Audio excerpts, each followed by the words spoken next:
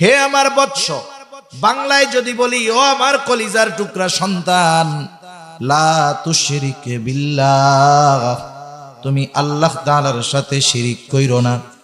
আমি শুরুতে বলছিলাম হযরত লোকমান সন্তানকে এখানে 4 ধরনের নসিহত করেছেন। প্রথমটা হলো ঈমান সম্পৃক্ত তাওহীদের শিক্ষা হযরত লোকমান তার সন্তানকে দিয়ে বলেন, হে আমার বৎস, তুমি কখনোই আল্লাহ তাআলার সাথে শিরিক করবা না। শিরিক হলো এমন এক পাপ, কিছু শিরক আছে ওই শিরকের কারণে বেঈমান হয়ে যায়। আর মুশরিক যারা ছিল এরা কিন্তু আল্লাহ তাআলাকে অস্বীকার করত না, এরা আল্লাহ তাআলাকে স্বীকার করত, কিন্তু তারা এমন কিছু শিরক করত যার কারণে তারা বেঈমান, চিরস্থায়ী জাহান্নামী, কোনো সন্দেহ নেই। এখন কথা হলো, তারা আল্লাহ তাআলাকে স্বীকার করত, এটা আবার কেমন কথা? এটা আমার কথা নয়, এটা স্বয়ং আল্লাহ তাআলা কোরআনুল কারীমের মধ্যে জানায় দিয়েছেন। আল্লাহ রাব্বুল আলামিন বলেন, ওয়ালা ইন সাআলতাহুম মান খালাকাস সামাওয়াতি ওয়াল আরদা লায়াকুলুন্নাল্লাহ। আল্লাহ রাব্বুল আলামিন বলেন, আপনি যদি মক্কার মুশরিকদেরকে জিজ্ঞাসা করেন মান খালাকাস সামাওয়াতি ওয়াল আরদ, আসমান এবং জমিনের স্রষ্টা কে, আল্লাহ তাআলাই জবাব দিয়ে বলেন লায়াকুলুন্নাল্লাহ। আপনার এই প্রশ্নের জবাবে তারা তাদের দেবদেবীদের কথা বলবে না, কি বলবে? দুইটা তাকিদ যোগ করে আল্লাহ তাআলা বলেন লায়াকুলুন্নাল্লাহ, অবশ্যই অবশ্যই তারা বলবে আসমান জমিনের স্রষ্টা হলেন আল্লাহ। শুধু তাই না, আপনি যদি তাদেরকে জিজ্ঞাসা করেন তাদের স্রষ্টা কে, ওয়ালা ইন সাআলতাহুম মান খালাকাহুম লায়াকুলুন্নাল্লাহ, আপনি যদি তাদের জিজ্ঞাসা করেন তাদের কে সৃষ্টি করেছে, তারা নিজেদের দেবদেবীদের কথা বলবে না, তারা অবশ্যই অবশ্যই বলবে আমাদের স্রষ্টা আল্লাহ। তার মানে আর মুশরিকরা আল্লাহ তাআলার অস্তিত্বে বিশ্বাসী ছিল, কিন্তু তাওহীদের মধ্যে না থাকার কারণে এমন কিছু শিরকের সাথে তারা জড়িয়ে গিয়েছিল, যার কারণে তাদের ওই বিশ্বাস তথা ঈমান বাতিল বলে গণ্য হয়ে গেছে। আমাদের সমাজেও অনেক মানুষ আছে, মুসলমান সমাজে বসবাস করে, মারা গেলে মুসলমানদের মতো কাফন হবে, দাফন হবে, জানাজা হবে, কিন্তু এমন কিছু বিশ্বাস তারা দুনিয়ার জমিনে লালন করত অন্তরে, যার কারণে তারা যে কখন বেঈমান হয়ে গেছে আমরাও জানি না। এই জন্য কিছু কিছু বিষয় আছে যেটা আল্লাহ তাআলার সাথেই নির্দিষ্ট। এই বিষয়গুলো যদি কেউ কোন মাখলুকের সাথে সাব্যস্ত করে তার ঈমান থাকে না। যেমন একটা উদাহরণ দিয়ে বলি, বলেন তো সন্তান দেওয়া না দেওয়ার ক্ষমতাটা কার?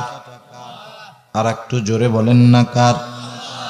আমাদের দেশে মাঝে মধ্যে বিভিন্ন মাজারে গিয়া দেখবেন সন্তান চায়, অনেক পীরের কাছে গিয়ে সন্তান চায়।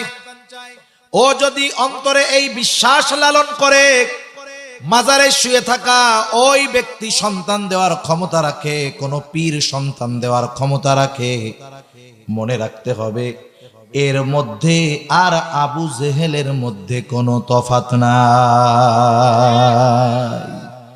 এটাও আবু জেহেলের মতো বেঈমান, যদিও আল্লাহকে মানে।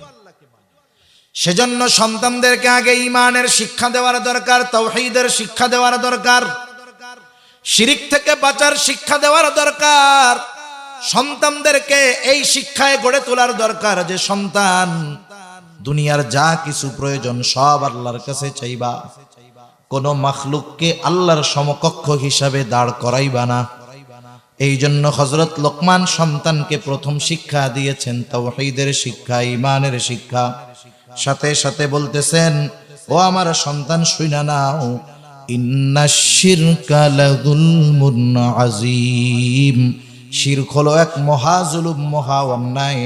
কারণ আল্লাহ তাআলা সব পাপগুলো ক্ষমা করে দেওয়ার ঘোষণা দিয়েছেন, কিন্তু কেউ যদি আল্লাহ তাআলার সাথে শিরিক করে, তাওবা যদি না করে, ক্ষমা হবে না, ঠিকানা হয়ে যাবে জাহান্নাম। صلى الله عليه وسلم كلكم راعين وكلكم مسؤولون عن رعيته أو كما قال النبي صلى الله عليه وسلم صدق الله العلي العظيم وصدق رسوله النبي الكريم ونحن على ذلك من الشاهدين والشاكرين والحمد لله رب العالمين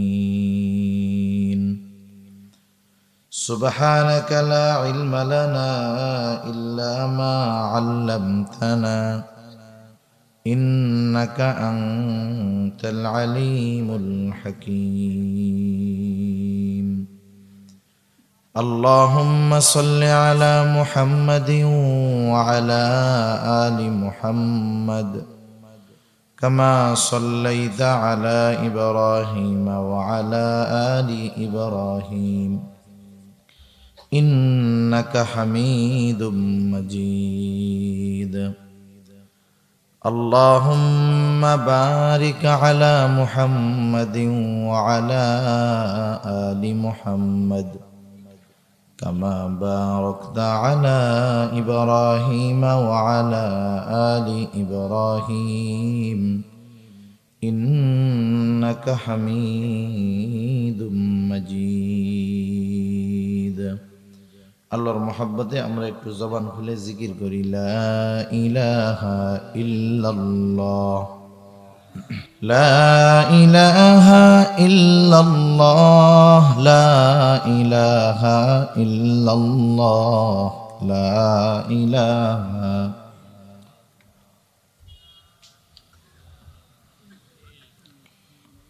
لا إله إلا الله محمد رسول الله صلى الله عليه وسلم দয়াময় আল্লাহ রব্বুল আলামিনের দরবারে অগণিত শুকর যে মহান মালিক আমাদের হায়াতে বরকত দিয়ে সুস্থ রেখে দীর্ঘ রাত পর্যন্ত উলামা ইকরামের জবান থেকে বহুত গুরুত্বপূর্ণ কথা শ্রবণ করবার আমাকেও আপনাদের খেদমতে কিছু কথা বলবার সুযোগ যে মহান মালিক দান করেছেন সে মহান মালিককে খুশি করার জন্য মহব্বতের সাথে জবান খুলে অন্তর থেকে আমরা একবার কালিমাতুশ শুকর পাঠ করি আলহামদুলিল্লাহ অগণিত দুরূদ ও সালাম সাইয়্যিদুল আম্বিয়া আশরাফুল আম্বিয়া খাতামুল আম্বিয়া ইমামুল মুরসালিন রাহমাতুল লিল আলামিন মুহাম্মাদুর রাসূলুল্লাহ সাল্লাল্লাহু আলাইহি ওয়াসাল্লামের উপর যেহেতু রাত অনেক শীতের দিন 11টা মানে হলো গরমকালের প্রায়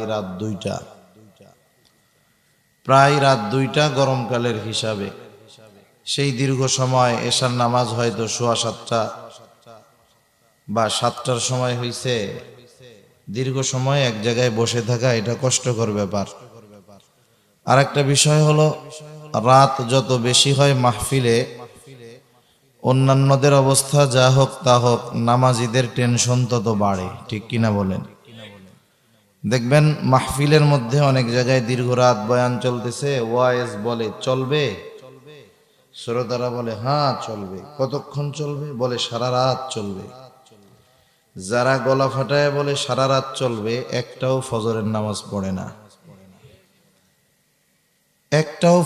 নামাজ পড়ে না সারা দুনিয়ার সব মাহফিল যদি একদিকে রাখা হয় ফজরের 2 রাকাত ফরজ নামাজকে যদি একদিকে রাখা হয় নিঃসন্দেহে ফজরের 2 রাকাত ফরজ নামাজের ওজনটা বেশি হবে ঠিক কিনা বলেন আরেকটা কথা হইতে পারে আগে তো সারা রাত হইতো সারা রাত মাহফিল হতো সেটার বিষয়টা ভিন্ন ওই প্রস্তুতি নিয়েই মানুষেরা মাঠে আসতো সারা রাত থাকতো কেউ শুয়ে থাকতো ওয়াজ চলতো ফজরের সময় আজান হইছে দোয়া হইতো নামাজ পড়ে যার যার বাড়ি চলে যাইতো সেটা বিষয় ভিন্ন কিন্তু যখনই মধ্যরাত হবে এই রাতটা যত গভীর হবে ফজরের নামাজির তথা নামাজির নামাজ কাজা হওয়ার আশঙ্কা তত বেড়ে যাবে, ঠিক কিনা বলেন? ওয়াজ মাহফিলগুলোর বিভিন্ন উদ্দেশ্য থাকে। মূল উদ্দেশ্য হতে হবে যে আল্লাহ তাআলার পথের পথিক হওয়া।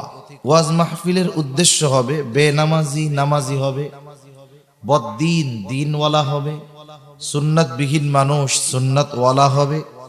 এটা হবে মূল উদ্দেশ্য। সাথে সাথে দ্বীনি প্রতিষ্ঠানের সাথে সম্পৃক্ত মাহফিলগুলো কিছু মাদ্রাসার কল্যাণের জন্য মানুষের কাছে কিছু বলা হয়, মানুষ ও মাদ্রাসার মহব্বতে, আল্লাহর মহব্বতে মানুষও কিছু সহযোগিতা করে। এটা হলো দ্বিতীয় সাবজেক্ট। কিন্তু প্রথম বিষয় হলো ওয়াজ মাহফিল আমলহীন মানুষ আমলি হবে, বেনামাজি নামাজি হবে, দিনহীন মানুষ দিনদার হবে। এটাই তো মূল উদ্দেশ্য, নাকি?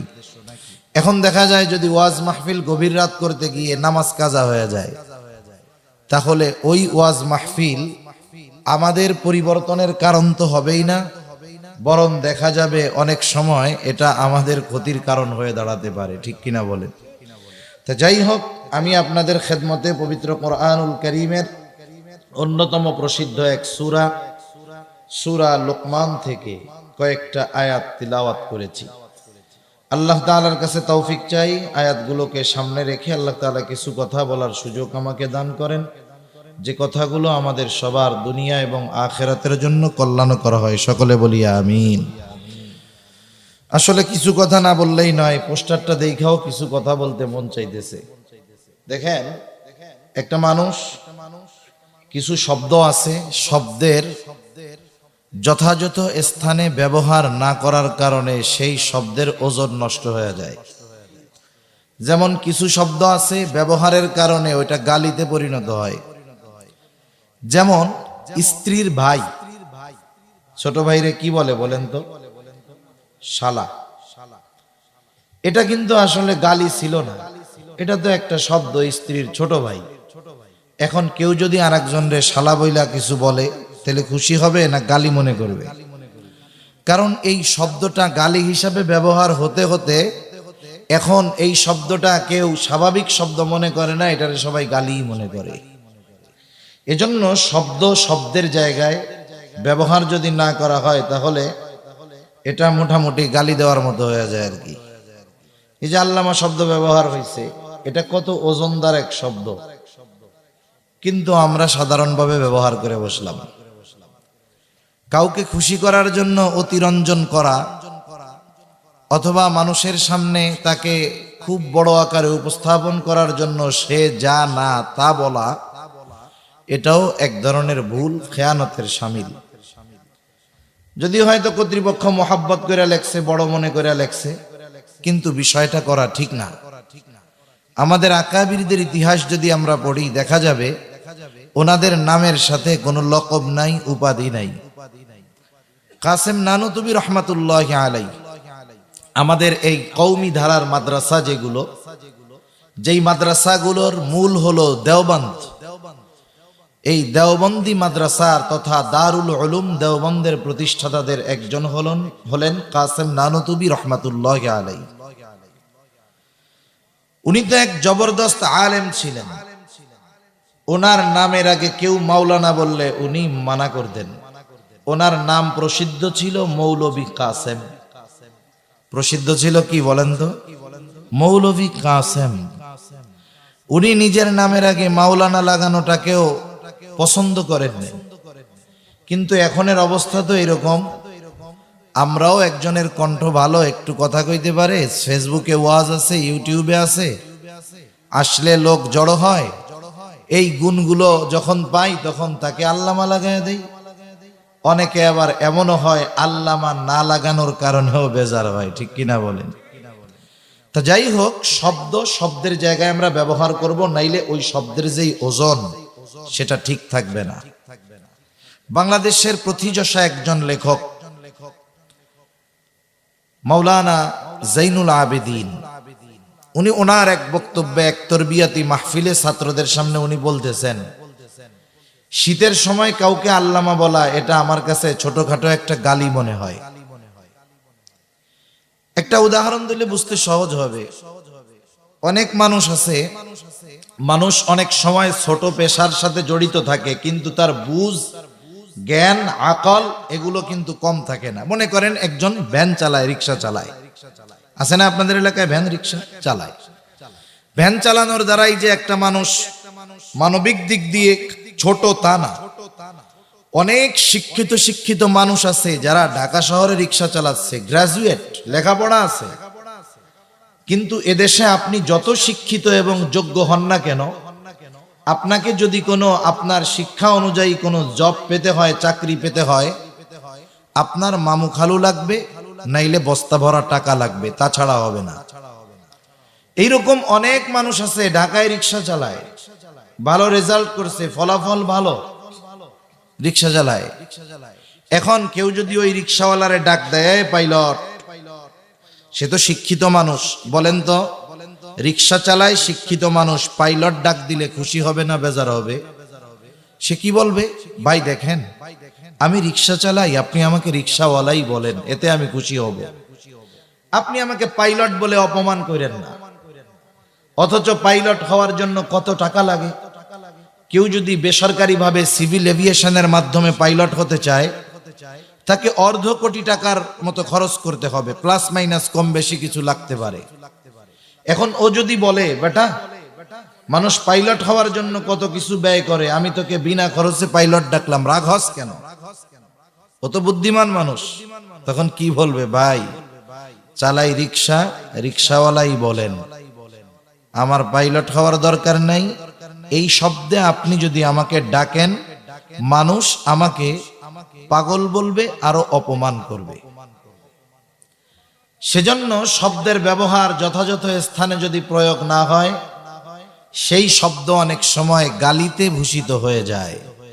আল্লাহ তাআলা আমাদের সব কিছুর আমানত হেফাজত করার তৌফিক আল্লাহ দান করুন, সকলে বলি আমিন। তা আমি আমার মূল আলোচনার দিকে যাই। আজকের শিক্ষা ব্যবস্থার অবস্থা আপনারা হয়তো ইতিমধ্যে জেনে গেছেন কম বেশি। আসলে শিক্ষা এটা হলো একটা তারবিয়াত। কিছু বিষয় আছে, কিছু বিষয়ের শিক্ষা আল্লাহ তাআলা মানুষকে সৃষ্টিগতভাবেই দান করেন। যেমন হযরত মূসা আলাইহিস সালাতু ওয়াস সালাম যখন ফেরাউনের কাছে দাওয়াত দিতে গেছে, আল্লাহ তাআলার ব্যাপারে দাওয়াত দিয়েছে, আল্লাহর রুবুবিয়তের ব্যাপারে দাওয়াত দিয়েছে। এখন মূসা আলাইহিস সালাতু ওয়াস সালামকে ফেরাউন জিজ্ঞাসা করতেছে, ক্বালা ফামার রাব্বুকুমা ইয়া মূসা। ফেরাউন তো নিজেকে বলে যে আনা রাব্বুকুমুল আ'লা, আমি হইলাম বড় রব। তাইলে তোমাদের দুইজনের রব আবার কে হে মূসা? তখন মূসা আলাইহিস সালাতু ওয়াস সালাম জবাব দিয়েছেন, রব্বুনাল্লাযী আ'তা কুল্লা শাইইন খালকাহু সুম্মা হাদা। আমাদের রব হলেন তিনি আল্লাযী আ'তা কুল্লা শাইইন খালকাহু সুম্মা হাদা, যিনি সব কিছু সৃষ্টি করেছেন এবং সকল সৃষ্টিকে যিনি পথ নির্দেশনা দিয়েছেন, হেদায়েত দিয়েছেন, তিনি হলেন আমাদের রব। তাহলে আল্লাহ রাব্বুল আলামিন শুধু সৃষ্টি করেন না, ওই সৃষ্টির পরবর্তী করণীয় কোনটা সেটাও তিনি শিখিয়ে দেন। সুবহানাল্লাহ বলেন। একটু চিন্তা করেন, যখন একটা মুরগি ডিম দেয়, ডিম দেওয়ার পরে অনেকগুলো ডিম একত্রে করে মুরগির তা বা ওম দেওয়া হয়। আপনাদের এলাকায় কি বলে? তা দেওয়া হয়। একটা মুরগি ধারাবাহিকভাবে 21 দিন ওই ডিম তা দেওয়ার পরে ওই ডিমের মধ্যে একটা কি হয়? বাচ্চা হয়। বলেন তো দুনিয়ার কেউ কি ডিমকে ফাটিয়ে ওই ডিমের মধ্য থেকে মুরগির বাচ্চাকে বের করে নাকি? বের করে না। ওই মুরগির বাচ্চা ডিমের মধ্যে থাকা অবস্থায় কিভাবে ডিম থেকে বের করতে হবে মুরগিও শিখায়া দেয় না, দুনিয়ার কোনো মানুষ শিখায়া দেয় না। ওই মুরগির ডিমের মধ্যে মুরগির বাচ্চা কিভাবে বের হবে তাকে যেটা শিখিয়ে দেন, যা লাগে সেটা যিনি শিখিয়ে দেন তিনি কে? আর একটু জোরে বলেন না কে? সেজন্য আল্লাহ তাআলা শুধু সৃষ্টি করেন তা নয়, আল্লাহ তাআলা সৃষ্টিকে পথও দেখায় দেয়। দেখবেন মুরগির বাচ্চা যখন ডিম থেকে বের হয়, ডিমের বিভিন্ন জায়গায় আপনি আঘাতের দাগ দেখবেন না। ও এমন একটা জায়গায় আঘাত করবে যেই জায়গায় আঘাত করার পরে ডিমটা ফেটে যাবে এবং ও বের হয়ে যেতে পারবে। এই যে নিখুঁতভাবে ডিমের কোন অংশে আঘাত করতে হবে, এটা কিন্তু তাকে কেউ শিখায়া দেয় নাই, শিখায়া দিয়েছেন কে? আল্লাহ তাআলা শিখিয়ে দিয়েছেন। এ কথা কেন বলতেছি? সৃষ্টিগতভাবে কিছু বিষয় আছে যেগুলো দুনিয়ার কাউকে শেখানো লাগে না। বয়স এবং সময়ের পরিবর্তনের সাথে সাথেই মানুষ সেগুলো শিখে যায় এবং ওই বিষয়গুলো শেখার যোগ্যতা তাকে দান করেন কে? আল্লাহ। এখন বলেন, যেটা সৃষ্টিগতভাবে আল্লাহ শিখায়া দিবে সেটা তো মানুষের শেখানোর দরকার নেই। দরকার আছে? দরকার নেই। দ্বিতীয় আরেকটা বিষয় হলো, কিছু বিষয়ের শিক্ষা আছে ঘরে, যেগুলো তারা মা বাবার থেকে শিখবে। এই শিক্ষাগুলো সৃষ্টিগতভাবেও আসে না, এই শিক্ষাগুলো প্রতিষ্ঠান থেকেও শিখতে হয় না। ওই শিক্ষাগুলো ঘর থেকে, মা বাবার থেকে, বড়দের থেকে, মুরব্বীদের থেকে সে শিখবে। এইরকম শিক্ষাগুলো শিক্ষা প্রতিষ্ঠানেও শেখানোর কোনো দরকার নেই। আর কিছু শিক্ষা আছে যেগুলো বাসায় থেকে শেখা যায় না, যেগুলো জন্মগত ভাবেও শিখে না। ওই শিক্ষাগুলোই প্রতিষ্ঠানে শিক্ষা দিতে হয় এবং প্রতিষ্ঠান থেকে শিখতে হয়, ঠিক কিনা বলেন? যেমন আপনাদের আজকের সম্মানিত প্রধান অতিথি আলহাজ ডাক্তার মোহাম্মদ হাবিবুর রহমান, তিনি একজন ডাক্তার মানুষ। বলেন তো, উনি কি সৃষ্টিগতভাবে ডাক্তার হয়েছেন? পরিবার থেকে ডাক্তারি শিখেছেন? তাহলে ডাক্তারি শেখার জন্য ওনাকে যেতে হয়েছে কোথায়? প্রতিষ্ঠানে। ওখানে লেখাপড়া করে তিনি ডাক্তারি শিখেছেন। আচ্ছা, উনি যদি এই ডাক্তারি ঘরে বৈশা বৈশা শিখতেন, ওনার কাছে কোনো রোগী যাইতো? যাইতো না।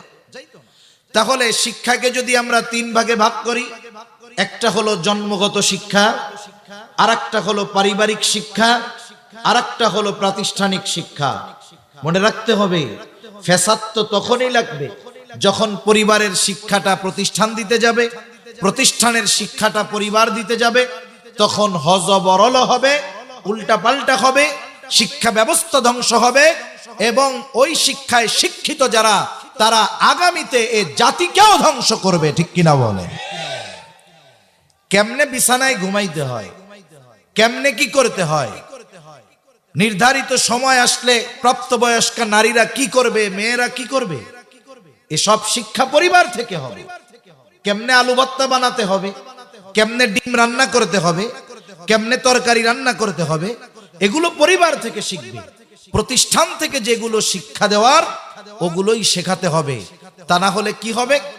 এই যে সংঘর্ষের কারণে লেখাপড়াও হবে না, মান নষ্ট হবে, আগামী প্রজন্ম ধ্বংস হবে, ঠিক কিনা বলেন? আচ্ছা বলেন তো, আপনাদের ছোট ছোট বাচ্চা যারা আছে, স্কুলেও যায় নাই, ওদেরকে কি গরুর ডাক, ছাগলের ডাক শিখায় দেওয়া লাগে? আরে একটু বড় হলেই তো ছাগল দেখা ব্যবা করা শিখে যায়, একটু বুঝতে শিখলেই তো গরু দেখা বুঝে। গরু ডাকে কেমনে? কয় হাম্বা হাম্বা। কাক ডাকে কেমনে? বলে কা কা। এটা 3 বছর বয়সে শিখে। আর আফসোসের ব্যাপার, আজকের শিক্ষা ব্যবস্থায় এই ব্যাঙের ঘ্যাঙর ঘ্যাঙর, সাইকেল চালানো টিং টিং টিং টিং, তারপরে গরুর হাম্বা হাম্বা, ছাগলের ভ্যা ভ্যা ভ্যা ভ্যা, এইগুলো শিখানোর জন্য আমাদের শিক্ষকদেরকে ট্রেনিং দেওয়া হচ্ছে, ঠিক কিনা বলেন? আমি বুঝতেছি না এদেরকে এনারা কি লেখাপড়া শিখাবে, নাকি মানুষগুলো স্কুলে পাঠায়া গরু ছাগল বানাবে, আল্লাহ তাআলাই ভালো জানে।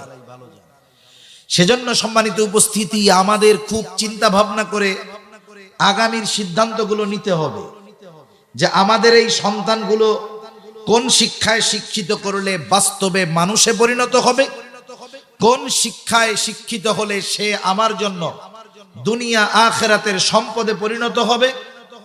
এই বিষয়ের সিদ্ধান্ত আমাদেরকে খুব ভেবে চিন্তে নিতে হবে এবং চূড়ান্ত সিদ্ধান্তে পৌঁছাতে হবে যে আমি আমার সন্তান তথা আগামী প্রজন্মকে কোন পথে পরিচালিত করব, ঠিক কিনা বলেন?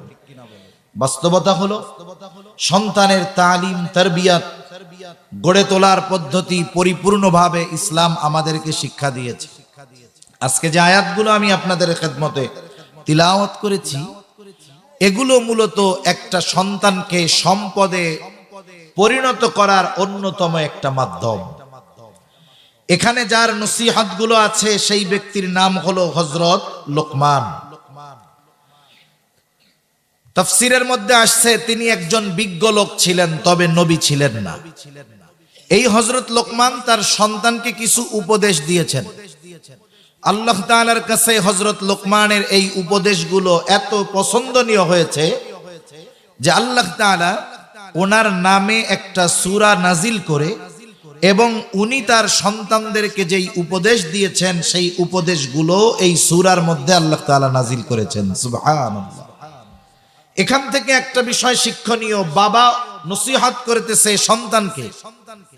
এখানে যারা বাবা আছেন ভবিষ্যতে বাবা হবেন, যারা বাবা আছেন তারা সন্তানদের এই উপদেশগুলো দিবেন। যারা আল্লাহ চাইলে ভবিষ্যতে বাবা হবেন, তারা যখন বাবা হবেন সন্তানদেরকে এই উপদেশগুলো যদি দেন, এই উপদেশের আলোকে যদি গড়ে তুলেন, ইনশাআল্লাহ ওই সন্তান দুনিয়া আখিরাতের সম্পদে পরিণত হবে ইনশাআল্লাহ। তা হযরত লোকমানের নসিহতগুলো বর্ণনা করার পূর্বে আল্লাহ তাআলা হযরত লোকমানের একটু পরিচয় তুলে ধরতেছেন। কেন?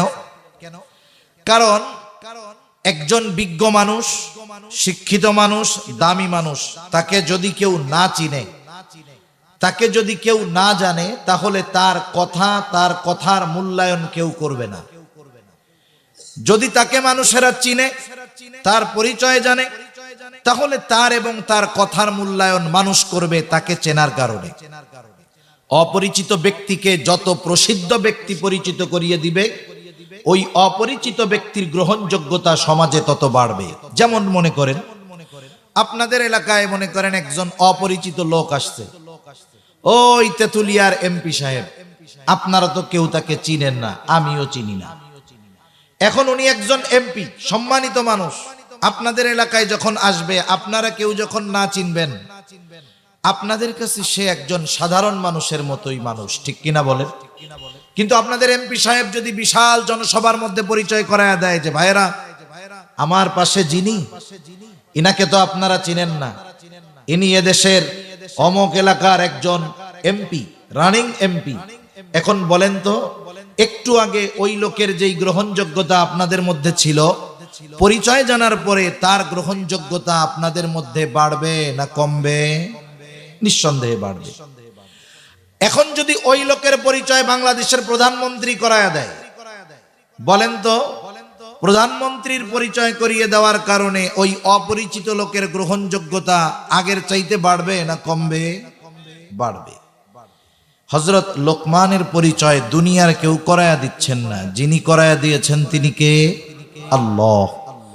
আল্লাহ তাআলা হযরত লোকমানের পরিচয় আমাদেরকে জানাচ্ছেন। আল্লাহ তাআলা বলেন, ওয়ালাকাদ আতাইনা লুকমানাল হিকমাতা আনিশকুর লিল্লাহ। আল্লাহ রাব্বুল আলামিন বলেন, আমি হযরত লোকমানকে হিকমত দান করেছি। তাফসীরের মধ্যে আসছে হযরত লোকমানের কাছে দুটো জিনিস পেশ করা হয়েছে, একটা হলো নবুয়ত আর একটা হলো হিকমত। সুযোগ দেওয়া হয়েছে, লোকমান আপনি যদি চান নবুয়ত গ্রহণ করতে পারেন, যদি চান হিকমত গ্রহণ করতে পারেন। প্রত্যেকটা নবী হিকমতওয়ালা, কোনো সন্দেহ নাই। হিকমতের তুলনায় নবুয়ত অনেক মর্যাদাপূর্ণ একটা বিষয়। হযরত লোকমানের সুযোগ থাকার পরেও তিনি নবুয়ত গ্রহণ না করে হিকমতকে তিনি গ্রহণ করেছেন। জিজ্ঞাসা করা হলো, লোকমান নবুয়তের মতো দায়িত্ব নেওয়ার সুযোগ থাকার পরেও কেন আপনি হিকমতকে গ্রহণ করলেন? হযরত লোকমান বললেন, শোনো, একটা হলো দায়িত্ব দেওয়া আর একটা হলো সুযোগ দেওয়া। একটা হলো দায়িত্ব দেওয়া আর একটা হলো দায়িত্ব নেওয়া। এই দুটোর মাঝে তফাৎ আছে। আল্লাহ তাআলা যদি আমাকে নিজের থেকে নবুয়ত দিতে চাইতেন, তাহলে দ্বিতীয় কোনো অপশন আমাকে দিতেন না, সরাসরি আমাকে নবুয়ত দান করতেন। আর ওই নবুয়তের জিম্মাদারি পালন করার জন্য যত ব্যবস্থাপনা দরকার সব ব্যবস্থাপনা আল্লাহ তাআলাই গ্রহণ করতেন। যেহেতু আল্লাহ তাআলা আমাকে সরাসরি নবুয়ত দেন নাই, বরং দুটো থেকে একটা বেছে নেওয়ার সুযোগ দিয়েছেন। এখন আমি যদি নবুয়তকে গ্রহণ করতাম আর ওই জিম্মাদারি পালন করতে গিয়ে কোনো ত্রুটি বিচ্যুতি হতো, তাহলে আল্লাহ তাআলার সামনে জবাবদিহিতার কাঠগড়ায় দাঁড়ানো লাগতো। এই জন্য আমি নবুয়তকে গ্রহণ না করে হিকমতকে গ্রহণ করেছি। আর হযরত লোকমান আসলেও একজন হিকমতওয়ালা লোক ছিলেন, যার কথা এবং কর্মের ভিতরে হিকমত পাওয়া যাইত। কথা কর্মের মধ্যে প্রজ্ঞা নিহিত থাকে। হযরত লোকমান জীবনের প্রারম্ভে ছাগলের রাখাল ছিলেন, এক লোকের ছাগল চড়াইতেন। একদিন ছাগলের মালিক এসে বলে, লোকমান, আমার জন্য একটা ছাগল জবাই করে আনো আর ছাগলের সর্বোৎকৃষ্ট অংশ আমার সামনে হাজির করো। হযরত লোকমান একটা ছাগল জবাই করলেন।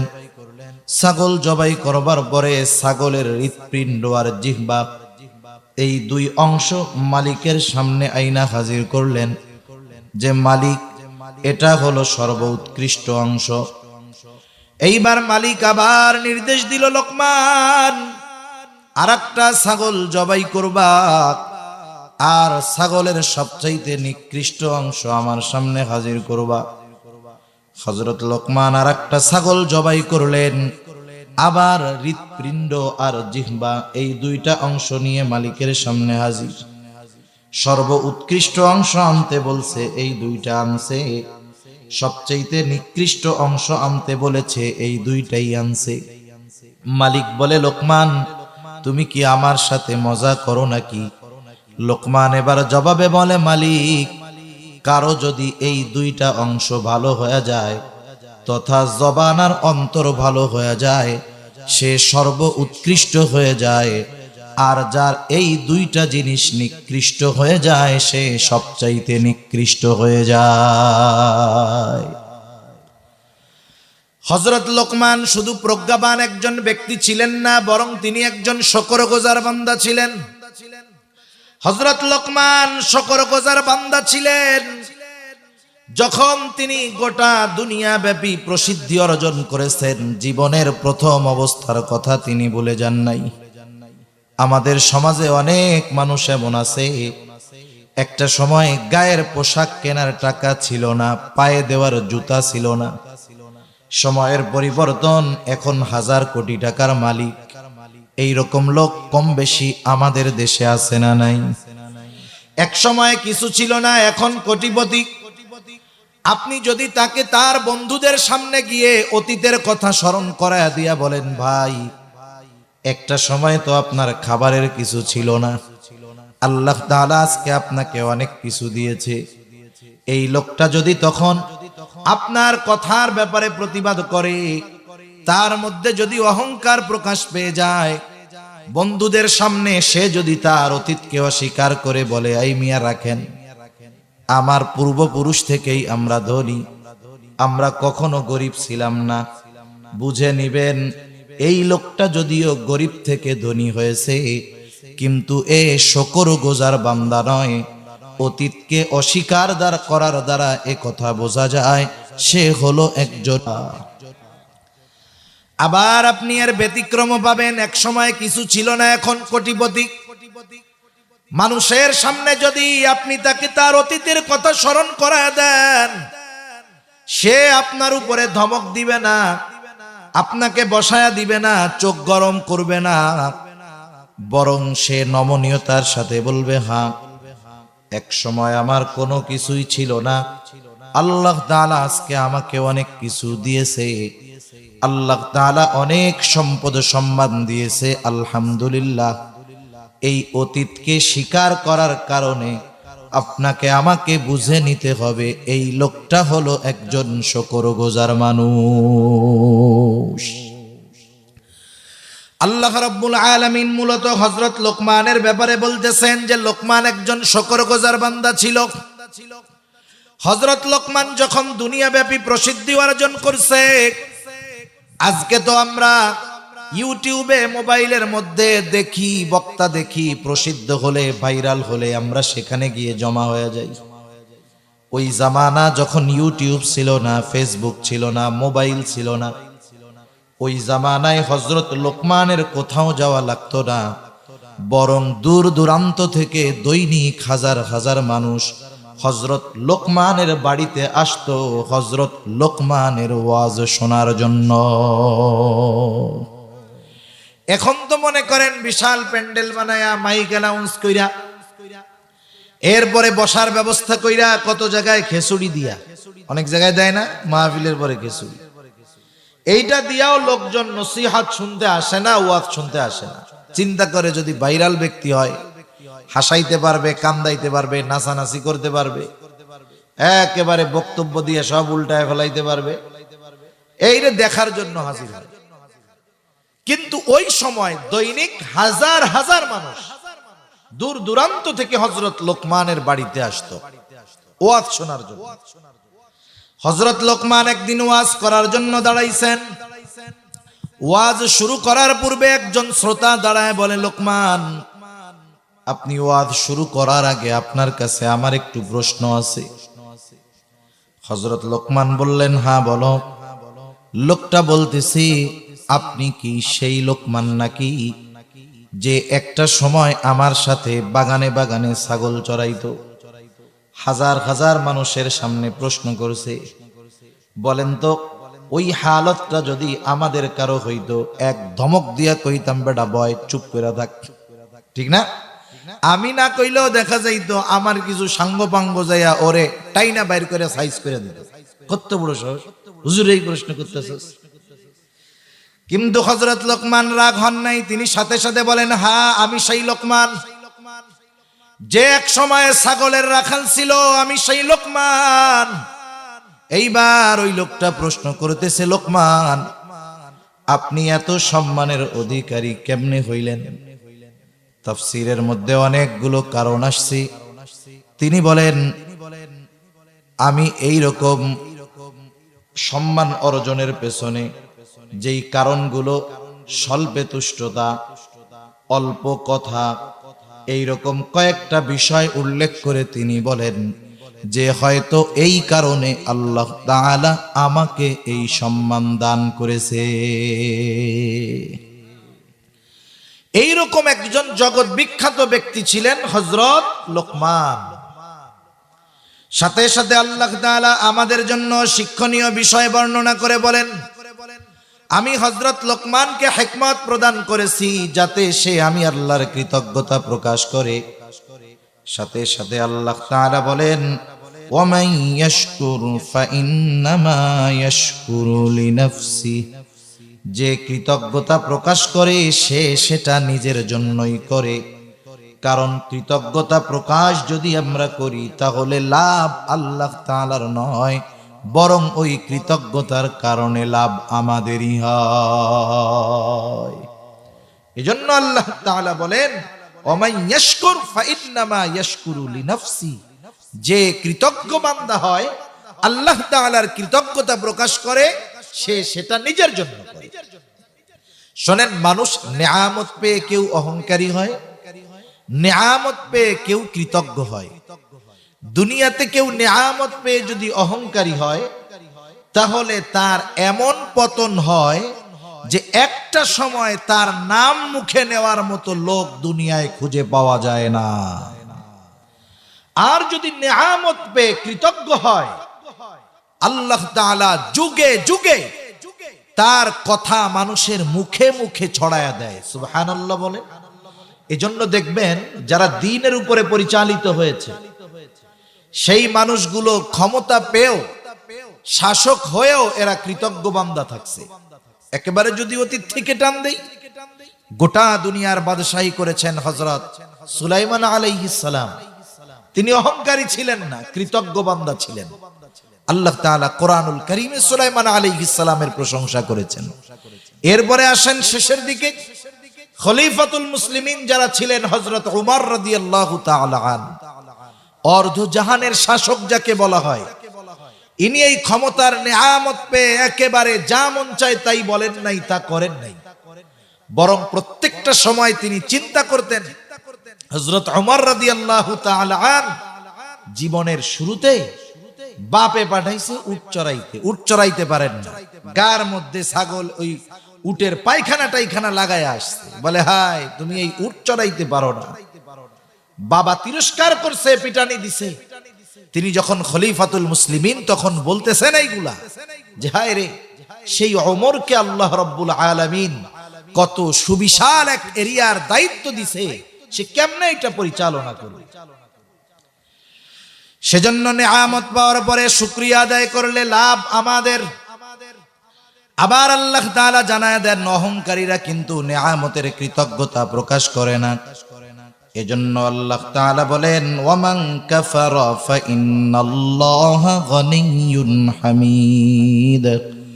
আল্লাহ তাআলা বলেন আর যারা কুফরি করে, আমি আল্লাহর কৃতজ্ঞতা প্রকাশ করে না, তারা জেনে রাখুক আল্লাহ তাআলা হলেন সপ্রশংসিত অমুখাপেক্ষী এক মহান সত্তা।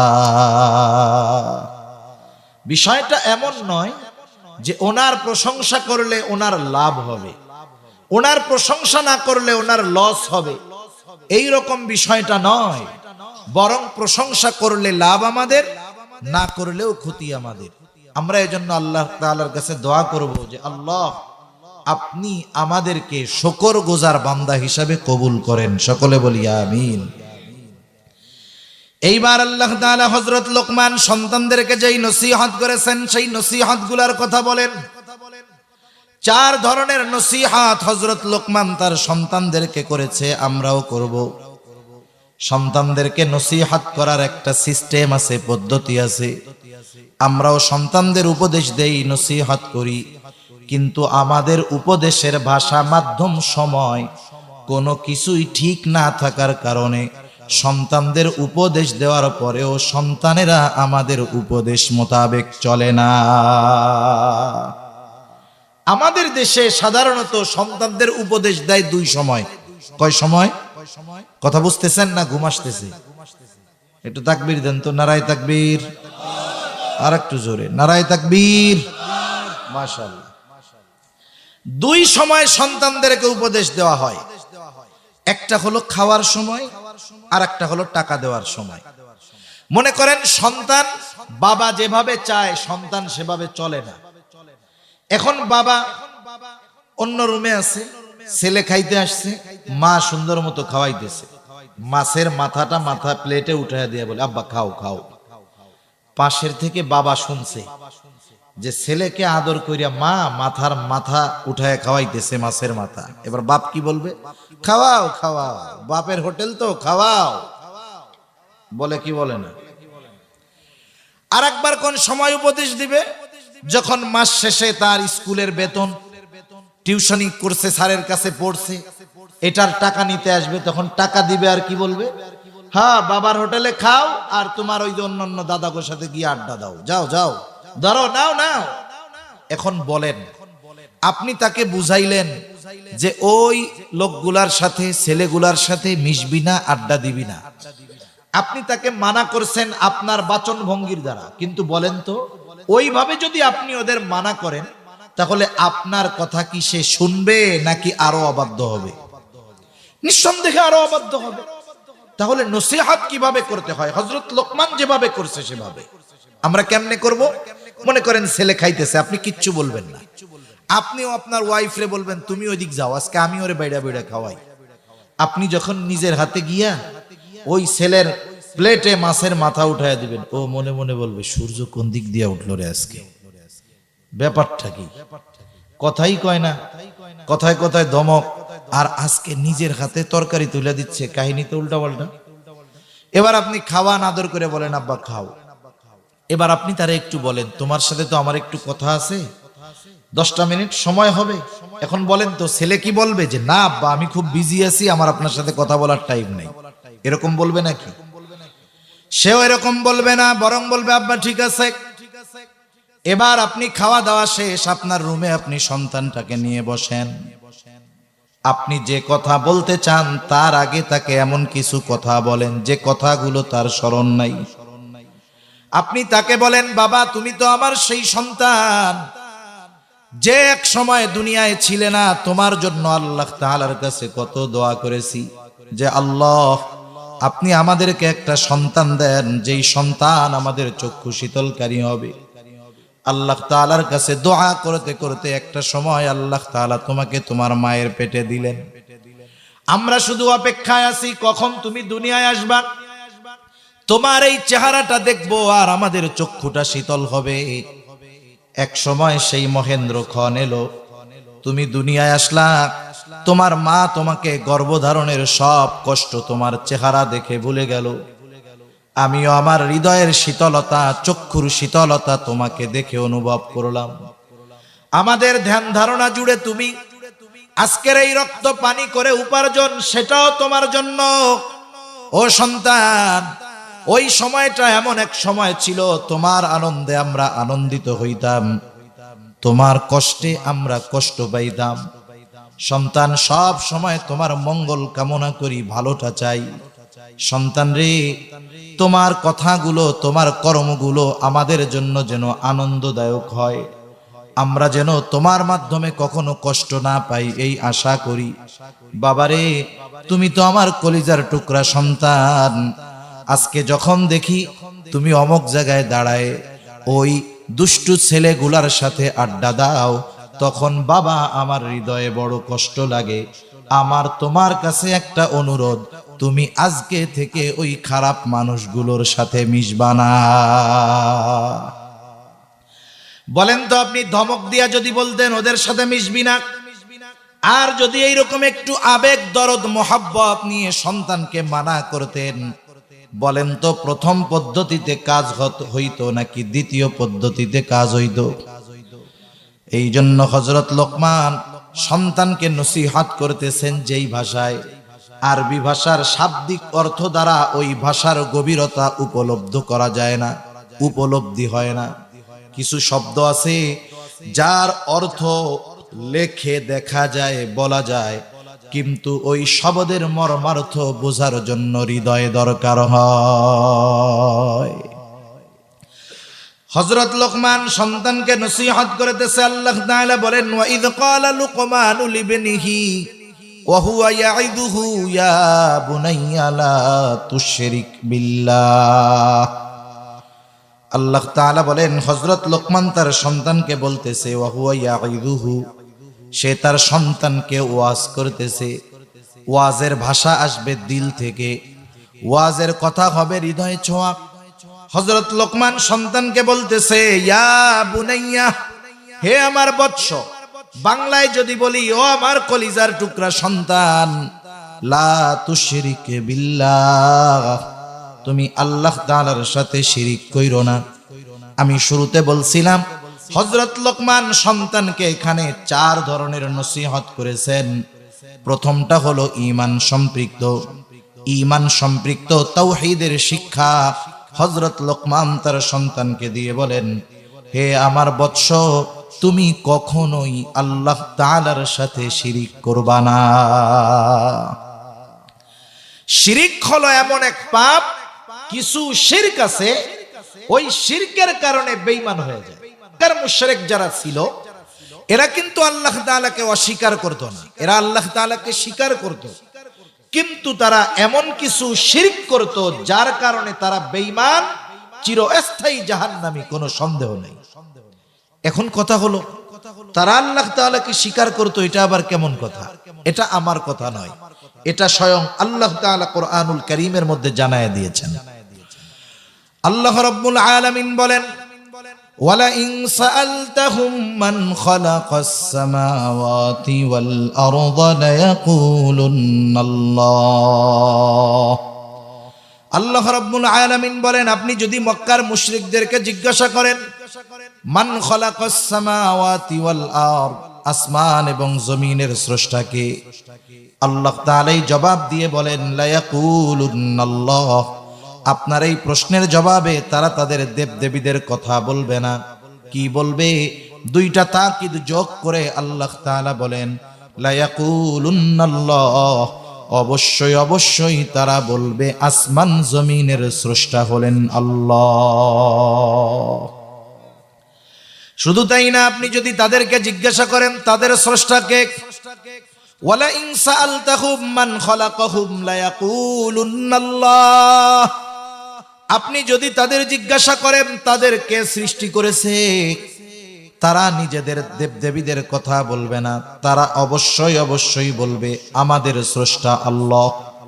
তার মানে আর মুশরিকরা আল্লাহ তাআলার অস্তিত্বে বিশ্বাসী ছিল, কিন্তু তাওহীদের মধ্যে না থাকার কারণে এমন কিছু শিরকের সাথে তারা জড়িয়ে গিয়েছিল, যার কারণে তাদের ওই বিশ্বাস তথা ঈমান বাতিল বলে গণ্য হয়ে গেছে। আমাদের সমাজেও অনেক মানুষ আছে মুসলমান সমাজে বসবাস করে, মারা গেলে মুসলমানদের মতো কাফন হবে, দাফন হবে, জানাজা হবে, কিন্তু এমন কিছু বিশ্বাস তারা দুনিয়ার জমিনে লালন করতো অন্তরে, যার কারণে তারা যে কখন বেঈমান হয়ে গেছে আমরাও জানি না। এই জন্য কিছু কিছু বিষয় আছে যেটা আল্লাহ তাআলার সাথেই নির্দিষ্ট। এই বিষয়গুলো যদি কেউ কোন মাখলুকের সাথে সাব্যস্ত করে তার ঈমান থাকে না। যেমন একটা উদাহরণ দিয়ে বলি, বলেন তো সন্তান দেওয়া না দেওয়ার ক্ষমতাটা কার? আর একটু জোরে বলেন না কার?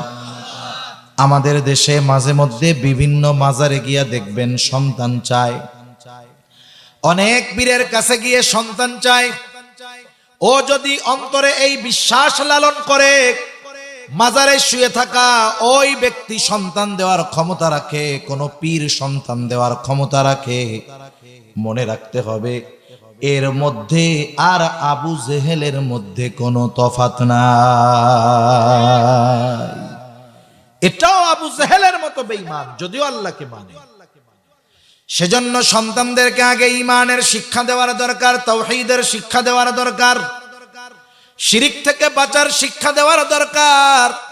সন্তানদেরকে এই শিক্ষায় গড়ে তোলার দরকার যে সন্তান দুনিয়ার যা কিছু প্রয়োজন সব আল্লাহর কাছে চাইবা, কোন মাখলুককে আল্লাহর সমকক্ষ হিসাবে দাঁড় করাইবা না।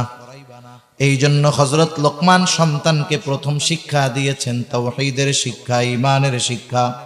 সাথে সাথে বলতেছেন, ও আমার সন্তান শুইনা নাও, ইন্নাশ শিরকা লাযুলমুন আযীম, শিরক হলো এক মহা জুলুম, মহা অন্যায়। কারণ আল্লাহ তাআলা সব পাপগুলো ক্ষমা করে দেওয়ার ঘোষণা দিয়েছেন, কিন্তু কেউ যদি আল্লাহ তাআলার সাথে শিরিক করে, তাওবা যদি না করে, ক্ষমা হবে না, ঠিকানা হয়ে যাবে জাহান্নাম। একজন সন্তানের জন্য সর্বোচ্চ কল্যাণকামী হবে তার বাবা। আমরা তো মনে করি সন্তানদেরকে বড় লেখাপড়া শিখিয়ে বড় গ্রাজুয়েট বানাতে পারলে, বিসিএস ক্যাডার বানাতে পারলে আমরা সন্তানের জন্য বড় কল্যাণকামী হলাম। বিষয়টা এমন নয়। আপনি যদি শুরুতে সন্তানকে জাহান্নাম থেকে বাঁচার রাস্তায় পরিচালনা করতে পারেন, ওই রাস্তা যদি তাকে চিনায় দিতে পারেন, তাহলেই আপনি মূলত সর্বোচ্চ কল্যাণকামী অভিভাবক, না হলে নয়। তাহলে 1 নাম্বার শিক্ষা হবে সন্তানদের ঈমানের শিক্ষা। 2 নাম্বার আল্লাহ তাআলার ক্ষমতা কুদরতের শিক্ষা সন্তানদেরকে দিতে হবে। এই বিশ্বাস তাদের অন্তরের মধ্যে লালন করাতে হবে যে সন্তান, তুমি আমার সামনে যত ভালোই থাকো না কেন, আমার সামনে যতই পাপ কাজ থেকে বিরত থাকো না কেন, তুমি যদি আমার চোখের অগোচরে কোনো পাপ করো, অন্যায় করো, আমি কিন্তু দেখব না। কিন্তু পৃথিবীর যেখানেই তুমি থাকো না কেন, আল্লাহ তাআলা হলেন এমন মহাপরাক্রমশালী, তুমি পৃথিবীর যেখানেই গিয়ে অন্যায় অপরাধ করো না কেন, আমি না জানলেও সেই অন্যায়ের খবর যিনি জানবেন তিনি কে? প্রথমে আল্লাহ তাআলার প্রতি বিশ্বাস, এরপরে আল্লাহর কুদরতের প্রতি বিশ্বাস আনায়ন করাতে হবে সন্তানদের। হযরত লোকমান সন্তানদেরকে সেই উপদেশ দিয়ে বলেন, ইয়া বুনাইয়া ইন্নাহা ইন তাকু মিসকালা হাববাতিন মিন খারদালিন ফাতাকুন ফি সখরাতিন আও ফিস সামাওয়াতি আও ফিল আরদি ইয়াতি বিহাল্লাহ। হযরত লোকমান তার সন্তানকে বলতেছে, হে আমার বৎস, তোমার কোন আমল, সেই আমলটা নেকের কাজ হোক আর গুনার কাজ হোক, তোমার ওই আমলটা যদি তুমি কোনো পাথরের মধ্যেও করো, আকাশেও করো, জমিনেও করো, তুমি যেখানেই করো না কেন, আর তোমার ওই আমলটা যদি সরিষা দানা পরিমাণ হয়, পাথরের মধ্যে করো আর আসমানে করো আর জমিনে করো, তোমার ওই আমলটা কিয়ামতের দিন যিনি হাজির করবেন তিনি কে? হযরত আনাস রাদিয়াল্লাহু তাআলা আনহু থেকে বর্ণিত হাদিস। নবীজি বলেন, দুনিয়াতে কেউ যদি এমন কোন পাথরের মধ্যে কোন আমল করে, কেমন পাথর? যেই পাথরের দরজাও নাই, জানালাও নাই, যেই পাথরে ঢোকারও ব্যবস্থা নাই, বের হওয়ারও ব্যবস্থা নাই, ওই পাথরের মধ্যে যাওয়াই তো অসম্ভব। কেউ যদি ওই অসম্ভবকে সম্ভব করে ওই পাথরের মধ্যে গিয়েও যদি কোনো আমল করে, সেটা নেক আমল হোক আর বদ আমল হোক, নবীজি বলেন ওই ক্ষুদ্র আমলটা ওই পাথরের মধ্য থেকেও আল্লাহ তাআলা হাজির করবে। একটু চিন্তা করেন, আমি আপনি যদি ছোট থাকতেই সন্তানদের অন্তরে এই বিশ্বাস ঢুকিয়ে দিতে পারি। ছোটবেলার কিছু বিশ্বাস আছে যেগুলো বড় হওয়ার পরেও থেকে যায়। শিশুকালের শিক্ষা হলো পাথরে খোদাই করার মতো। মাঝে মধ্যে আপনারা হয়তো দেখেন খবরে যে অমুক জায়গায় এক শিলালিপি পাওয়া গেছে, পাথরের উপরে লেখা আর কি, এটা 15,000 বছর আগের লেখা, অথচ লেখাটা না বুঝলেও স্পষ্ট দেখা যাইতেছে, হয়তো ভাষা আমরা বুঝি না বিধায় পড়তে পারতেছি না। তাহলে পাথরে খোদাই করা লেখা হাজার হাজার বছরে নষ্ট হয় না। ওই রকম শিশু মননে ছোট থাকতে যেই বিশ্বাস ওই বাচ্চার অন্তরে ঢুকায় দেওয়া হয়, ও যত বড় হোক, যত পাপাচারের মধ্যে যাক না কেন, ওই বিশ্বাস তার অন্তরের মধ্যে থেকে যায়। ঠিক কিনা বলেন? মাটি যখন নরম থাকে, আগে তো মাটির তৈজসপত্র ছিল, মাটির পাত্রে রান্না হতো, মাটির পাত্রে খাওয়া হতো। এখন কিন্তু মাটির পাত্রে খাওয়া এটা ফ্যাশন হয়ে গেছে। দেখবেন অনেক জায়গায় বড় বড় রেস্টুরেন্টে মাটির খোরার মধ্যে খাওয়ান দেয়। অনেক জায়গায় চায়ের দোকানে কাঁচের কাপে খাবেন 20 টাকা চা, মাটির কাপে খাবেন 50 টাকা। আগে মানুষ এমনিই মাটির গ্লাসে খাইতো, মাটির প্লেটে খাইতো, মাটির পাতিলে রান্না করতো, তখন আর এত রোগ টোক ছিল না।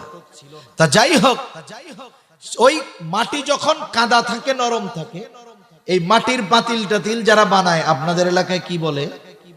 কুমার। দেখবেন কুমার একটা চাকা ঘুরায়, কোনো মেশিন টেশিন নাই, ওই নরম মাটি চাকার উপরে দিয়ে হাতের নিপুণ কৌশলে কত সুন্দর সুন্দর জিনিস সে বানায় ফেলে। এখন ওই কুমার যত অভিজ্ঞ হোক, বলেন তো, মাটি যদি একটু শক্ত হয়ে যায়, সে যত অভিজ্ঞ হোক, সে কি ওই মাটির দ্বারা একেবারে হাতের নৈপুণ্যতা দেখিয়ে সুন্দর সুন্দর পাত্র বানাতে পারবে? পারবে না।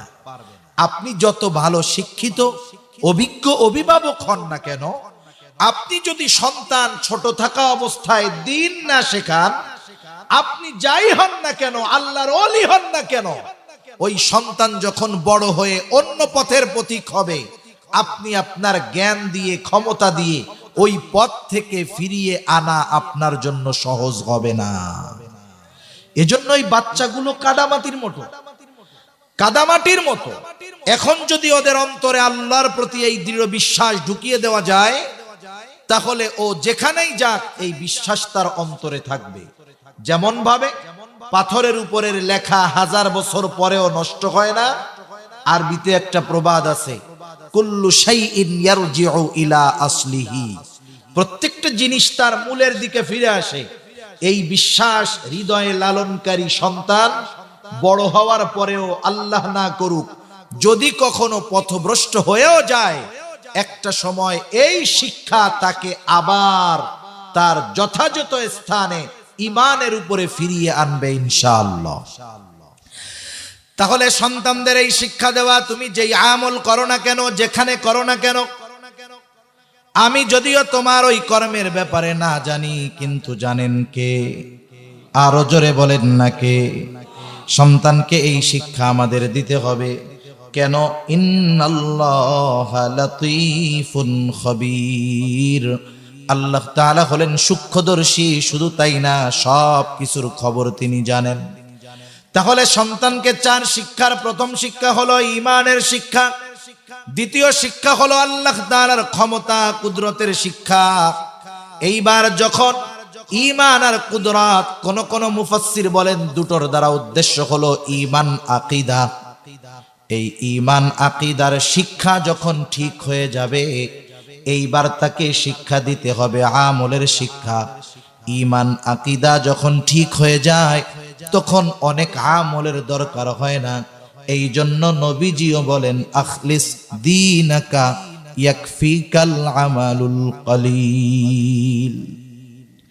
তোমার ঈমান খাঁটি করো, বিশুদ্ধ করো, অল্প আমল নাজাতের জন্য যথেষ্ট হয়ে যাবে।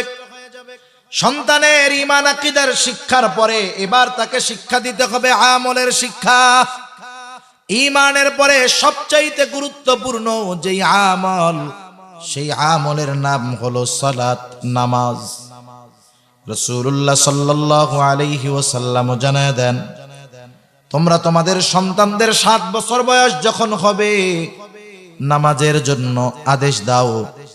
10 বছর বয়স নামাজ না পড়লে প্রহার করো, সাথে সাথে তাদের বিছানাটা আলাদা করে দাও। হযরত লোকমান ও সন্তানকে বলতেছে, হে আমার সন্তান, ইয়া বুনাইয়া আকিমিস সালাহ। আমলটা দুই ভাবে হয়, একটা হলো পার্সোনাল আমল, আর একটা হলো সামগ্রিক আমল।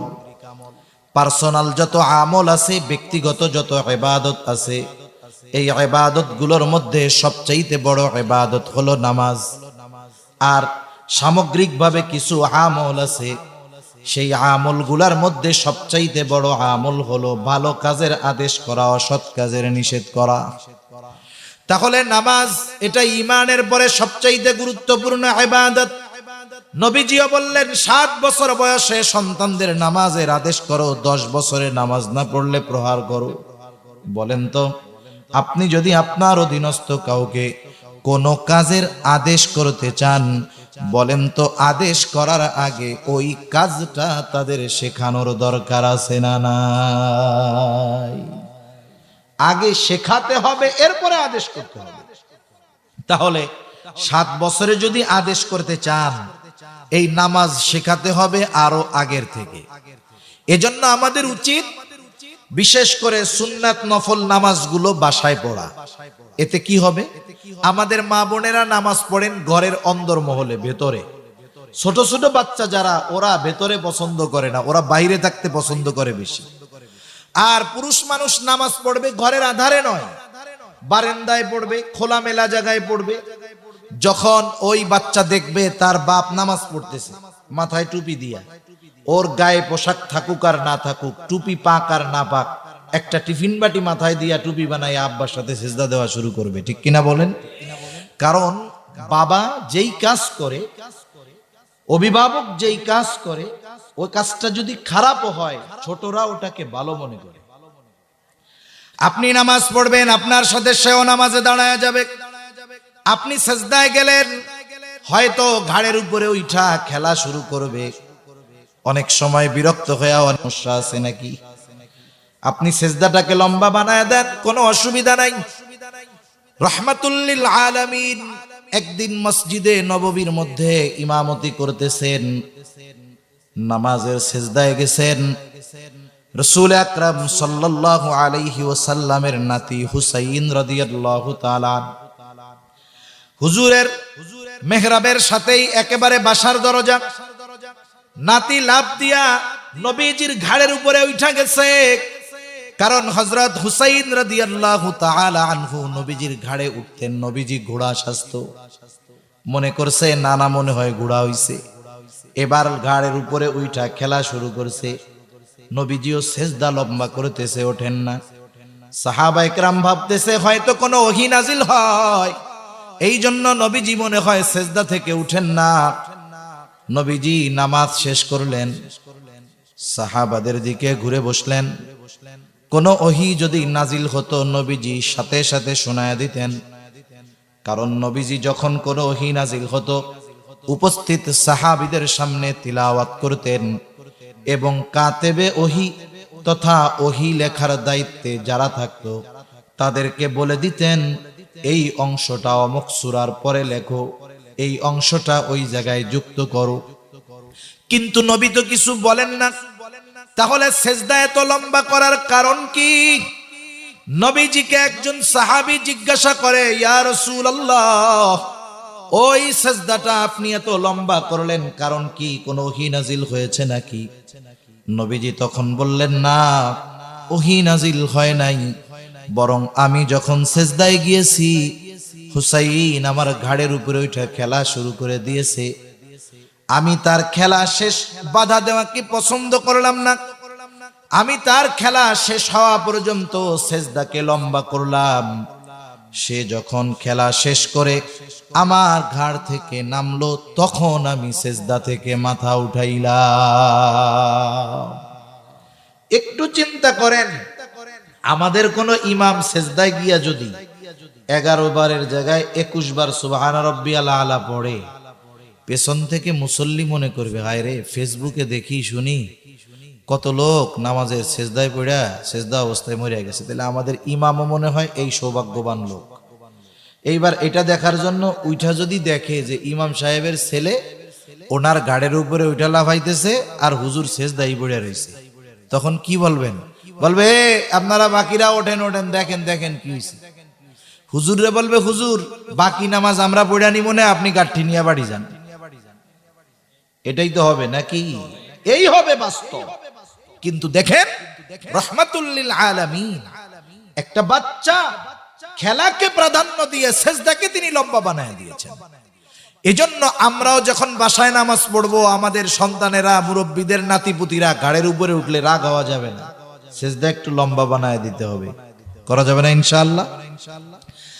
এরপরে বাচ্চার বয়স যখন 5 বছর হয়ে যাবে, ভালো মন্দ সব বুঝে এবার মসজিদে নিয়ে অভ্যাস করেন, মসজিদে নেওয়ায় অভ্যাস করেন। একেবারে গেদাটাকে মসজিদে নেওয়া যাবে না, যে প্রস্রাব পায়খানা করে, কথা বলতে পারে না।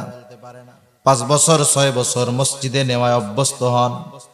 যদি 5 বছর থেকে তাকে মসজিদমুখী বানায় দেওয়া হয়, 7 বছর বয়সে নামাজের আদেশ করা লাগবে না, ওই ছেলেটা 7 বছর বয়সে পাক্কা নামাজি হয়ে যাবে। এই মাদ্রাসায় তো এরকম ছোট ছোট বাচ্চা যে আসতে দেখলাম যে ভিতরে একটা শুয়ে আছে, ওর বয়স মনে হয় 5 বছর হবে না, 5 বছর হইতে পারে। তাইলে এই যে ছোট বাচ্চাটা, এই যে ছোট ছোট বাচ্চারা জানাজার নামাজ পড়ানো দেখাইছে, দেখছেন না আপনারা?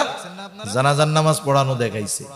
কত নামাজি আছে যদি ইন্টারভিউ নেই, যে ওই যে জানাজার চতুর্থ তাকবীরের আগে যেই দোয়াটা পড়ে, আল্লাহুম্মা গফিরলি হাইয়িনা, একটু পড়ে শোনান তো।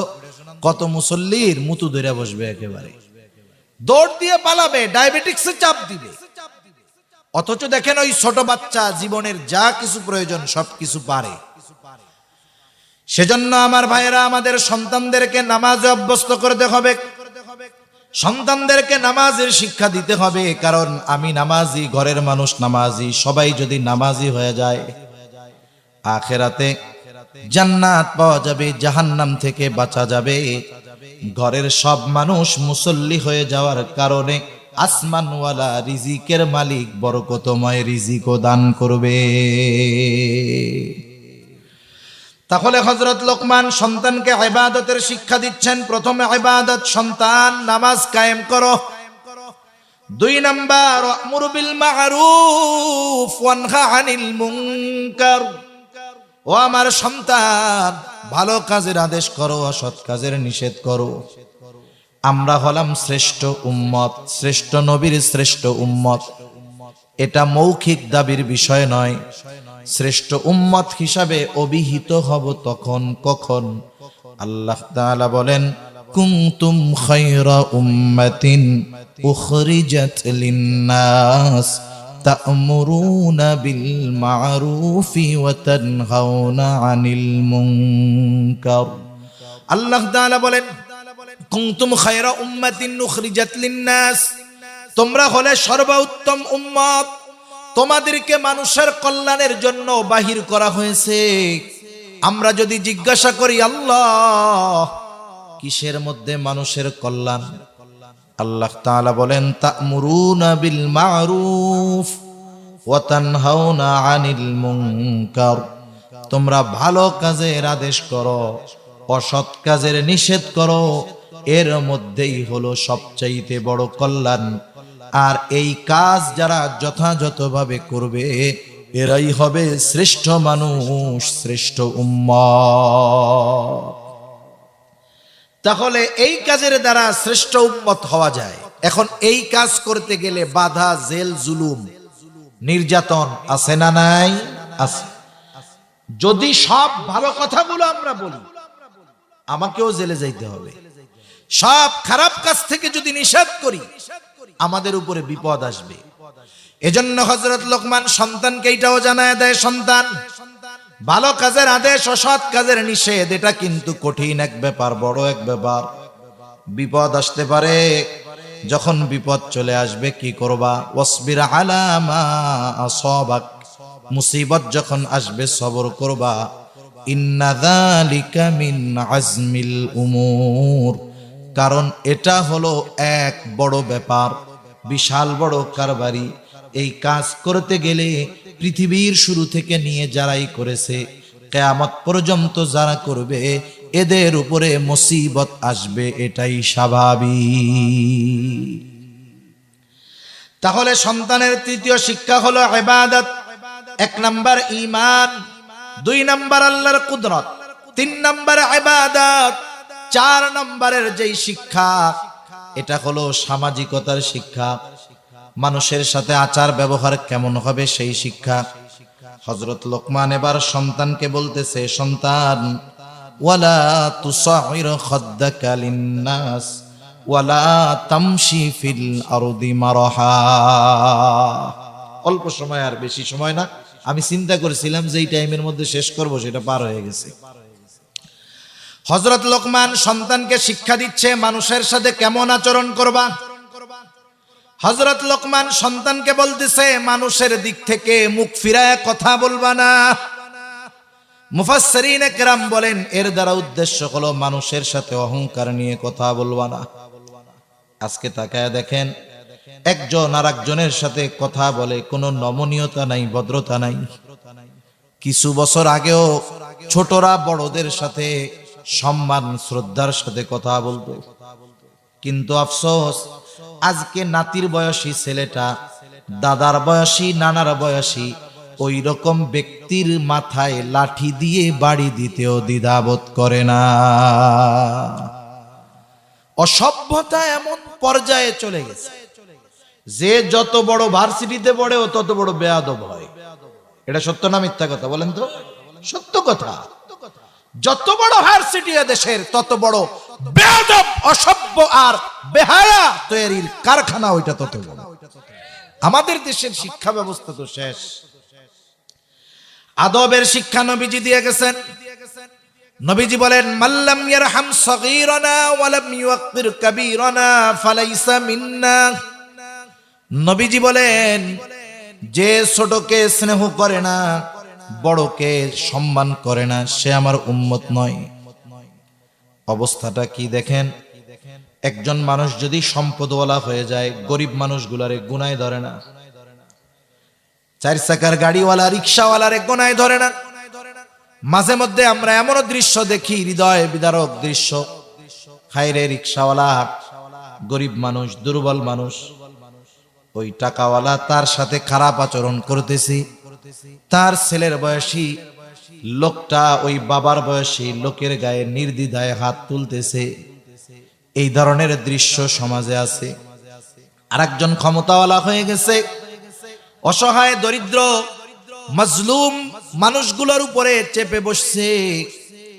অহংকারের চূড়ায় তারা পৌঁছায় গেছে। কেউ টাকার অহংকার, কেউ ক্ষমতার অহংকার, কেউ শিক্ষার অহংকার। বলেন তো টাকাওয়ালা অহংকার করবে কি নিয়া? যত টাকাওয়ালা সে হোক না কেন কখনোই সে কারুনের মতো ধনী হতে পারবে না। কিসের অহংকার? কিসের আমলের অহংকার? যত আমল করুক না কেন, যত ইলম অর্জন করুক না কেন, শয়তানের মতো আবেদ আর ইলম অর্জনকারী কখনো হতে পারবে না। ক্ষমতার অহংকার করে, কত অহংকার করবে, ফেরাউনের মতো ক্ষমতাধর কখনো হইতে পারবে না। আল্লাহ তাআলা সবগুলোরে সাইজ করে দিয়েছে। এই অহংকার হলো এমন এক গুনাহ, আসমান জমিনে সংগঠিত প্রথম গুনাহ হলো এই অহংকার। হযরত আদম আলাইহিস সালামকে অহংকার কইরা ইবলিস সিজদা করে নাই। হযরত লোকমান ও সন্তানকে বলতেছে, সন্তান, মানুষের সাথে তুমি কখনো অহংকার করবা না। কেন অহংকার করবা না?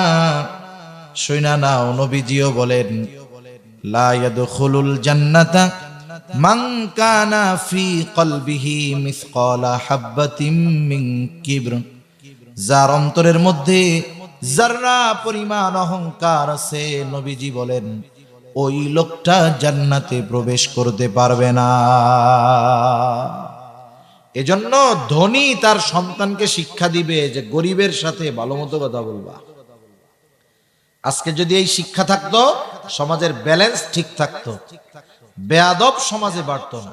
পরিবার থেকেই শিখায় না, শিখবে কোত্থেকে? ঠিক কিনা বলেন? শেখাতে হবে।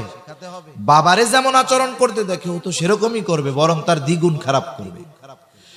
তাই হযরত লোকমান মানুষের সাথে কেমন আচরণ করবে শিক্ষা দিয়ে বলেন, বাবা তুমি চেহারা অন্যদের দিকে ঘুরায় কথা বলবা না, তার মানে অহংকার করে কথা বলবা না। আর ওয়ালা তামশি ফিল আরদি মারহা, জমিনের মধ্যে অহংকার করে তুমি হাঁটবা না। আল্লাহ তাআলা বলেন, ওয়ালা তামশি ফিল আরদি মারহা ইন্নাকা লান তাখরিকাল আরদা ওয়া লান তাবলুগাল জিবালা তুলা। আল্লাহ তাআলা বলেন, তুমি জমিনের উপরে দর্প ভরে হাইটো না। ইন্নাকা লান তাখরিকাল আরদা, তুমি কখনো তোমার পা দিয়ে জমিনকে বিদীর্ণ করতে পারবা না। বুক উঁচা কইরা হাঁটো, মাথা উঁচা কইরা হাঁটো। শুইনা রাখো, ওয়ালাং তাবলুগাল জিবালা তুলা, উচ্চতায় তুমি কখনো পাহাড় সম হইতে পারবা না। সেজন্য জমিনে নমনীয়তার সাথে মধ্যপন্থা অবলম্বন করে হাঁটার শিক্ষা হযরত লোকমান সন্তানকে দিচ্ছেন। সাথে সাথে বলতেছে, সন্তান, ইন্নাল্লাহা লা ইউহিব্বু কুল্লা মুখতালিন ফখুর। অহংকার কেন করবা না? শোনো, কারণ আল্লাহ তাআলা মুখতাল আর ফখুর এদেরকে ভালোবাসেন না। মুখতালকে, মুখতাল হলো যে একাকী নিজেকে বড় মনে করে, মনে মনে ভাবে যে আমি মনে হয় অনেক বড় আলেম, আমি মনে হয় অনেক বড় ওয়াইজ, আমি অনেক বড় জ্ঞানী রে, আমি তো অনেক ইবাদত করি, এরকম ভাবে আর কি মনে মনে। এটা হলো মুখতাল, নিজেকে নিজে বড় মনে করে। আর ফখুর হলো সে যে আরেকজনকে তুচ্ছ করে নিজের বড় মনে করে। অমুক কি আলেম, আমি ওর চেয়ে বড় আলেম, অমুকে বেটা জানে কি, আমি যা জানি তার দ্বারের কাছেও নেই। আছে না এরকম? ওই যে শয়তান কইছে না, আনা খাইরুম মিন, আরে আমি ওর চাইতে ভালো। ও কি ইবাদত করে বেটা, আমি আওয়াবিন চাষ তেশরাক কোনোটাই ছাড়ি না। আরে ও কি তিলাওয়াত করে, আমি দৈনিক 5 পারা তিলাওয়াত করি। ও কি দান সদকা করে বেটা, আমি 10টা মাদ্রাসায় দান করি। আছে না এরকম আল্লাহর বান্দা? আর একজনকে তুচ্ছ করে নিজেকে বড় মনে করে, ও হলো ফখুর। আল্লাহ তাআলা মুখতাল আর ফখুর কাউকে ভালোবাসেন না। একজন দুনিয়ার সব পাইল কিন্তু আল্লাহর ভালোবাসা পেল না, বলেন তো দুনিয়ার সব পেয়ে তার কোনো লাভ আছে? আমাদের সদর সাহেব হুজুর রহমাতুল্লাহি আলাইহি, শামসুল হক ফরিদপুরি রহমাতুল্লাহি আলাইহি, উনি বলতেন যে সব পেল কিন্তু আল্লাহকে পেল না, সে কিছুই পেল না। একজন কিছুই পায় নাই, আল্লাহকে পেয়ে গেছে, সে তো সবই পেয়ে গেছে। ঠিক কিনা বলেন? এইবার হযরত লোকমান সন্তানকে শিক্ষা দিচ্ছে কেমনে জমিনে হাঁটবা। ওয়াকসিদ ফি মাশিকা ওয়াগদুদ মিন সাওতিক, ইন্না আনকারাল আসওয়াতি লাসাউতুল হামির। হযরত লোকমান বলতেছে জমিনের মধ্যে মধ্যম পন্থা অবলম্বন কইরা হাঁটবা। ওয়াগদুদ মিন সাউতিক, তোমার কণ্ঠকে তুমি নিচু করে রাখবা, বিনা কারণে চেঁচামেচি করবা না। আপনাদের বাজারে মাঝে মধ্যে এলাকায় দুইজনের মধ্যে তর্ক বিতর্ক লাগে, ঝগড়া লাগে, দেখছেন না এরকম লাগে? কে জিতে? যার গলা উঁচা সে জিতে। কয় না যে দেখ এমন ভাবে কইছি আমার কথার সামনেই যে দাঁড়াইতে পারেনি, বলে না এরকম? আবার কিছু আল্লাহর বান্দা আছে যখন দেখে একজন ঝগড়া শুরু করছে, কয় ভাই সরি ভাই মাপ চাই, ও মনে করে ও মনে হয় মাপ চেয়ে চলে গেছে, হাইরা গেছে। বিষয়টা তো তা না। কারণ রহমানের বান্দাদের কিছু গুণ আছে। আল্লাহ তাআলার খাঁটি বান্দাদের একটা গুণ হলো তাদের সাথে যখন কোনো সময় কেউ তর্ক বিতর্কে জড়ায়, ও ওই যে সরি কইয়া আসতে এটা পড়ে। এটা তার দুর্বলতা নয়, এটা তার নমনীয়তা, সভ্যতা।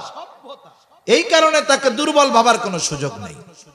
আল্লাহ তাআলা বলেন ওয়া ইযা খাতাবাহুমুল জাহিলুনা ক্বালু সালামা। রহমানের বান্দাদের গুণাবলীর মধ্যে একটা গুণাবলী হইল যখন কোনো মূর্খ তাকে উদ্দেশ্য করে কিছু বলে, ও বলে সালাম সালাম। এটা রহমানের বান্দার দুর্বলতা নয়, বরং ভদ্রতা, নমনীয়তা এবং সভ্যতা। সেজন্য বিনা কারণে চেঁচামেচি কইরা মিছিল স্লোগান দিয়া আমি খুব পাওয়ারফুল এটা যদি কেউ প্রমাণ করতে চায়, তার এই চেঁচামেচিকে আল্লাহ তাআলা গাধার আওয়াজের সাথে তুলনা করছে। কার আওয়াজের সাথে? এখন কেউ যদি চেঁচামেচি করে নেতা গোছের, আপনি যদি তারে বলেন এই গাধার মতো চেঁচাস কেন, তাহলে তো আপনারে আমারে রাখবে না, কারণ আমাকে তো আর পাওয়ার টাওয়ার নাই, তাই না? এখন আল্লাহ তাআলা আমাকে পক্ষ হইয়া বলে দিচ্ছে যে শুনে রাখো, ইন্না আনকারাল আসওয়াত লাসাউতুল হামির। সবচেয়ে নিকৃষ্ট কর্কশ আওয়াজ হইল গাধার গলার আওয়াজ। মুফাসসিরিন কেরাম বলেন এর দ্বারা ওই ধরনের লোকের ওই চেঁচামেচির সাথে তুলনা করা হয়েছে। সেজন্য হযরত লোকমান সন্তানদের শিক্ষা দিলেন যে সন্তান, জমিনে মধ্যম পন্থা অবলম্বন করো এবং কণ্ঠস্বরকে নিচু রাখো। এই চার ধরনের শিক্ষা, ঈমানের শিক্ষা, আকীদার শিক্ষা, আমলের শিক্ষা, সমাজের মানুষের সাথে আচরণের শিক্ষা, এই চার ধরনের শিক্ষা প্রত্যেকটা অভিভাবকের তার অধীনস্থদেরকে দেওয়া জরুরি। তা না হলে কিয়ামতের দিন আল্লাহ তাআলা জিজ্ঞাসা করবে। নবীজিও বলেন কুল্লুকুম রাঈন ওয়া কুল্লুকুম মাসউলুনা আন রাঈয়াতিহি। প্রত্যেককেই তার অধীনস্থদের ব্যাপারে জিজ্ঞাসাবাদ করা হবে। এই যে দেখেন সমাজে কয়জন অভিভাবক আছে এই চার ধরনের শিক্ষা পরিপূর্ণভাবে সন্তানদেরকে দেয়? 1 লাখেও একটা খুঁজে পাওয়া কঠিন হবে, ঠিক কিনা বলেন? আর বাস্তবতা কি জানেন? এই চার ধরনের পরিপূর্ণ শিক্ষা এই কওমি মাদ্রাসা